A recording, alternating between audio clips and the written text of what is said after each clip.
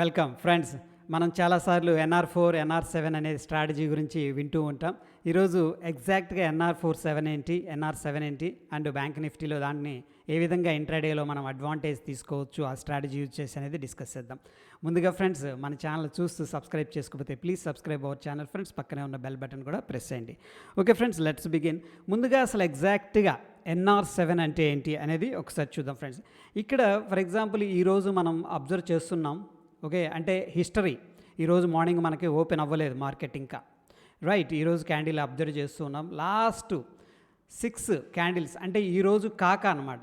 Okay, ఈ రోజుతో కలుపుకొని మొత్తం 7 డేస్ గుర్తుపెట్టుకోండి. 7 డేస్ అనేది మనం క్యాండిల్స్ అబ్జర్వ్ చేస్తే, ఒకవేళ ఈరోజు క్యాండిల్ అనేది లాస్ట్ 6 క్యాండిల్స్తో కంపేర్ చేసినప్పుడు చిన్న క్యాండిల్ ఫార్మేషన్ జరిగిందనుకోండి, దెన్ ఏంటంటే దీన్ని మనం ఏమంటామంటే NR7 క్యాండిల్ అంటాం ఫ్రెండ్స్. ఓకేనా. అదేవిధంగా సేమ్ ఫ్రెండ్స్, NR4 అంటే లాస్ట్ 4 డేస్ మనకి క్యాండిల్స్లో ఈరోజు క్యాండిల్ అనేది చిన్న క్యాండిల్ ఫార్మేషన్ జరిగిందనుకోండి, మనం దీన్ని ఏమంటామంటే NR4 అంటాం. అయితే దీన్ని చార్ట్ మీద కూడా చూపిస్తా ఫ్రెండ్స్, డోంట్ వరీ.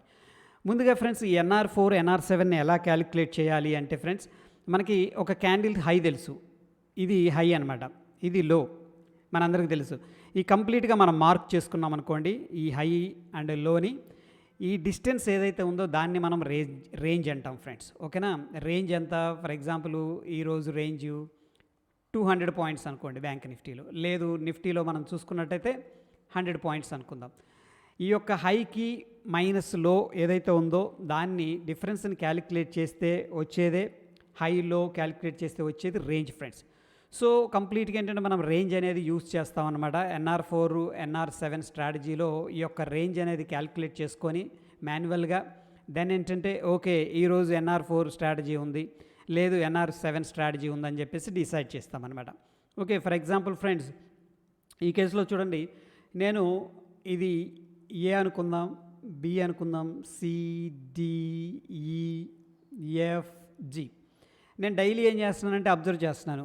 ఇక్కడ నుంచి లాస్ట్ 6 క్యాండిల్స్ అనేది అబ్జర్వ్ చేస్తున్నాను, ఏది NR7 అనేది ఐడెంటిఫై చేయడానికి. లేదు అంటే ఫ్రెండ్స్, లాస్ట్ 3 డేస్ క్యాండిల్స్ అనేది అబ్జర్వ్ చేస్తున్నాను, దేని కొరకు NR4 అనేది అబ్జర్వ్ చేయడానికి. ఫర్ ఎగ్జాంపుల్ నేను ఇక్కడ కంపేర్ చేశాను లాస్ట్ 6 డేస్, ఇది దాంతో పోలిస్తే చిన్న క్యాండిల్ ఏం కాదు. ఆ విధంగా చూసుకుంటూ వెళ్తున్నాను. ఫర్ ఎగ్జాంపుల్ ఇక్కడ ఇల్లుస్ట్రేషన్ పర్పస్ ఏంటంటే ఒక విజువలైజేషన్ పర్పస్ డేటా అనేది ఇవ్వటం జరిగింది. ఈ యొక్క కంప్లీట్ రేంజ్ 25 పాయింట్స్ ఉంది రేంజ్ అనమాట. అంటే హై అండ్ లోకి మనం క్యాలిక్యులేట్ చేస్తే ఈ రేంజ్ అనేది 25 పాయింట్స్, 20 పాయింట్స్, 30 పాయింట్స్, 40 పాయింట్స్ మనం ఎవ్రీడే కూడా చూస్తూ వస్తున్నాం. ఈ యొక్క రేంజ్ ప్రీవియస్ దేంతో పోల్చినప్పుడు తక్కువగా ఉందా అని చెప్పేసి ఎక్కడ మ్యాచ్ కాలేదనమాట. ఈ విధంగా చూసుకుంటూ వెళ్తే లాస్ట్కి 15 పాయింట్స్ అనేది వచ్చింది. ఈ కంప్లీట్ రేంజ్ ఎక్కడి నుంచి క్యాలిక్యులేట్ చేస్తాం, హై అండ్లో. ఇక్కడ మనం విక్ ఇవ్వలేదు, అన్నిటికి కూడా విక్ ఉందన్నమాట, ఎజ్యూమ్ చేసుకుందాం, అన్నిటికీ విక్ ఉంది. బట్ కంప్లీట్ రేంజ్ ఏదైతే మనం చూసామో ఇక్కడ 40 పాయింట్స్, 25 పాయింట్స్, 45 పాయింట్స్ అండ్ ఉందన్నమాట. ఈ కేసులో 15 పాయింట్స్ ఉంది. నవ్వేంటంటే ఫర్ ఎగ్జాంపుల్ ఈరోజు నేను మార్నింగ్ అబ్జర్వ్ చేస్తూ ఉంటే, మార్నింగ్ ఇన్ ద సెన్స్ అంటే మార్కెట్ ఓపెన్ అవ్వకముందే, గుర్తుపెట్టుకోండి మార్కెట్ ఇంకా ఓపెన్ అవ్వలేదు. ఈరోజు నిన్నటి క్యాండిల్ ఇది. సో నిన్నటి క్యాండిల్ చూసినప్పుడు 15 పాయింట్స్ రేంజ్ ఉంది, కంపేర్ చేసుకుంటూ వెళ్తున్నాను. 1, 2, 3, 4, 5, 6 ఈ 6 డేస్లో కూడా ఈ 15 అన్ని డేస్తో కంపేర్ చేస్తే ఈ యొక్క నిన్నటి క్యాండిల్ ఏమైందంటే చాలా స్మాల్ రేంజ్లో ట్రేడ్ అయిందనమాట, అంటే 15 పాయింట్స్. నౌ దీన్ని ఏంటంటే నేను NR7 అంటాను ఈ క్యాండిల్ని. ఓకే ఫ్రెండ్స్, NR7 ఎలా ట్రేడ్ చేయొచ్చు అంటే, మనకి జనరల్గా ఏంటంటే ఈ యొక్క హై బ్రేక్అవుట్ అయితే ఏంటంటే ఎంట్రీ తీసుకుంటాం. ఈ యొక్క లో కింద మనం ఏం చేస్తామంటే స్టాప్ లాస్ అనేది మెయింటైన్ చేస్తాం ఫ్రెండ్స్. దీన్ని మనం స్వింగ్ ట్రేడింగ్ చేసుకోవచ్చు. ఓకే ఫ్రెండ్స్, లేదు అంటే ఇంట్రాడే ట్రేడింగ్ అనేది కూడా చేసుకోవచ్చు. ఈరోజు బ్యాంక్ నిఫ్టీలో మంచి బ్రేక్అవుట్ డౌన్ సైడ్ జరిగింది, అక్కడ నుంచి కూడా మంచి ప్రాఫిట్ అనేది రావడం జరిగింది. దాని గురించి కూడా డిస్కస్ చేద్దాం ఫ్రెండ్స్. సో మీకు NR డేటా గురించి ఏదైనా డౌట్స్ ఉన్నా ఇక్కడ ఒకసారి వీడియో అనేది పాస్ చేసుకోండి, ఒకసారి స్క్రీన్ షాట్ అనేది తీసుకోండి ఫ్రెండ్స్. ఇదంతా కూడా ఏంటంటే మనం ఏదైతే డిస్కస్ చేసుకున్నామో అది ఇక్కడ ఒక డాక్యుమెంటేషన్ లాగా ఇవ్వటం అనేది జరిగింది. ఓకే ఫ్రెండ్స్, నా మనం చార్ట్ అనేది అబ్జర్వ్ చేద్దాం. చూడండి, ఇలా ఉంది.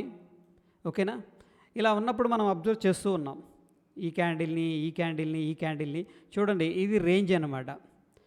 Okay friends, complete range high minus లో చూస్తూ ఉన్నప్పుడు ఈ క్యాండిల్ని అబ్జర్వ్ చేయండి. ఇది వచ్చేసరికి ఫ్రెండ్స్ మనకి ఫ్రైడే క్యాండిల్ రేంజ్ అనేది క్యాలిక్యులేట్ చేశాను నేను. ఈ క్యాండిల్ లెంత్ కంటే తక్కువగా ఉంది ఒకటి, ఓకే, ఇది 2, దీనికంటే కూడా తక్కువగా ఉంది ఇది రెండో క్యాండిలు, ఇది మూడో క్యాండిలు, దీనికంటే కూడా తక్కువగా ఉంది. సో నాకేమొచ్చింది ఇప్పుడు NR4 వచ్చింది. NR4 తర్వాత మన స్ట్రాటజీ ఏంటి friends, down side break down జరిగితే మనం ఏంటంటే ఎంట్రీ అనేది తీసుకోవచ్చు. సో నాకు దీన్ని ఏంటంటే మనం ఇంట్రాడే కాబట్టి 3 మినిట్స్ టైం ఫ్రేమ్ కానీ 5 మినిట్స్ టైం ఫ్రేమ్ కానీ ప్రిఫర్ చేద్దాం. 15 మినిట్స్ ఏంటంటే మరీ లెంత్ ఎక్కువ అయిపోద్ది. ఒకవేళ స్వింగ్ ట్రేడింగ్ చేయాలనుకుంటే 15 మినిట్స్ క్యాండిల్ అనేది తీసుకోవచ్చు ఫ్రెండ్స్. డే హై అనేది మనం స్టాప్ లాస్ అనేది తీసుకోవచ్చు. దీన్ని 5 మినిట్స్ టైం ఫ్రేమ్గా కన్వర్ట్ చేశాను. ఫ్రైడే డేటా ఇక్కడ దాకా మనకి 3:30కి క్లోజ్ అయిపోయింది. దాని తర్వాత ఈరోజు మార్కెట్ ఓపెన్ అయింది. మనకి డౌన్ సైడ్ అయితే బ్రేక్అవుట్ అవ్వలేదు. చూడండి ఫ్రెండ్స్, ఈ యొక్క లోని ఎప్పుడైతే బ్రేక్ చేయడానికి వచ్చిందో ఇమీడియట్గా బై అనేది జరిగింది. ఏది 41,424. ఇది ఒక NR4 ఏదైతే రేంజ్ ఉందో రేంజ్ యొక్క హై అండ్ లో అనమాట. ఈ లోని జస్ట్ టచ్ చేసి చేయగానే ఇక్కడ మళ్ళీ ఏమైందంటే బయింగ్ అనేది జరిగింది. యాక్చువల్గా ఏంటంటే ఇది ప్రీవియస్ డే లో, అంతే కదా, ప్రీవియస్ డే లో దగ్గర కొంత ఏం చేశారంటే షార్ట్ రికవరీ అనేది చేశారు. మనకి ప్రైస్ యాక్షన్ ద్వారా తెలుస్తుంది రిజెక్షన్ జరిగింది. బట్ మనమైతే బ్రేక్అవుట్ అనేది చూస్తున్నాం. కిందకి ఏదన్నా బ్రేక్ డౌన్ అయితే ఎంట్రీ తీసుకోవాలి. ఎలా ఎంట్రీ తీసుకోవాలనేది చూద్దాం ఫ్రెండ్స్. చూడండి, ఈ క్యాండిల్ మనం అబ్జర్వ్ చేసే 5 మినిట్స్ టైం ఫ్రేమ్లో ఎప్పుడైతే ఈ లో అనేది టచ్ చేసిందో ప్రీవియస్ డే లో, ఇమీడియట్గా బయర్స్ వచ్చారు ఫ్రెండ్స్. అక్కడ నుంచి కూడా మళ్ళీ ఏంటంటే indecision and follow up candle అనేది జరిగింది. జనరల్గా ఈ క్యాండిల్ ప్రిఫర్ చేస్తాం based on the price action. But friends, మనం ఇప్పుడు ప్రస్తుతం ఏంటంటే NR4 క్యాండిల్ యొక్క స్ట్రాటజీ అనేది యూస్ చేస్తున్నాం కాబట్టి ఈ స్ట్రాటజీలో మనకి కన్ఫర్మ్ అయిపోయింది. ఏంటి, బ్రేక్ డౌన్ అయింది. నా ఏంటంటే ఇంట్రాడే పర్స్పెక్టివ్లో ఫ్రెండ్స్ మనం ఈ పాయింట్ దగ్గర స్టాప్ లాస్ అనేది పెట్టలేమన్నమాట. ఇది కరెక్ట్ మెథడ్ కాదు, ఎందుకంటే ఇంట్రాడేలో ఇంత పెద్ద రిస్క్ అనేది తీసుకోలేం. సో ప్రాబబ్లీ ఏంటంటే కొంచెం అగ్రెసివ్ రిస్క్ తీసుకునే వాళ్ళు ఉంటే ఈ పాయింట్ దగ్గర అంటే స్వింగ్ దగ్గర తీసుకోవచ్చు. లేదు అంటే ఈ యొక్క ఇమీడియట్ క్యాండిల్ అనేది మనం హై అనేది స్టాప్ లాస్ అనేది పెట్టుకోవచ్చు ఫ్రెండ్స్. సో లెట్స్ సీ ఏమైందో మనకి. ఫర్ ఎగ్జాంపుల్ ఈ కేసులో ఎంట్రీ అనేది తీసుకుంటే మనకు వచ్చేసరికి ఫ్రెండ్స్ మనం అట్లీస్ట్ ఏంటంటే 1:1 అనేది ఇమీడియట్గా మనం టార్గెట్ చేస్తాం.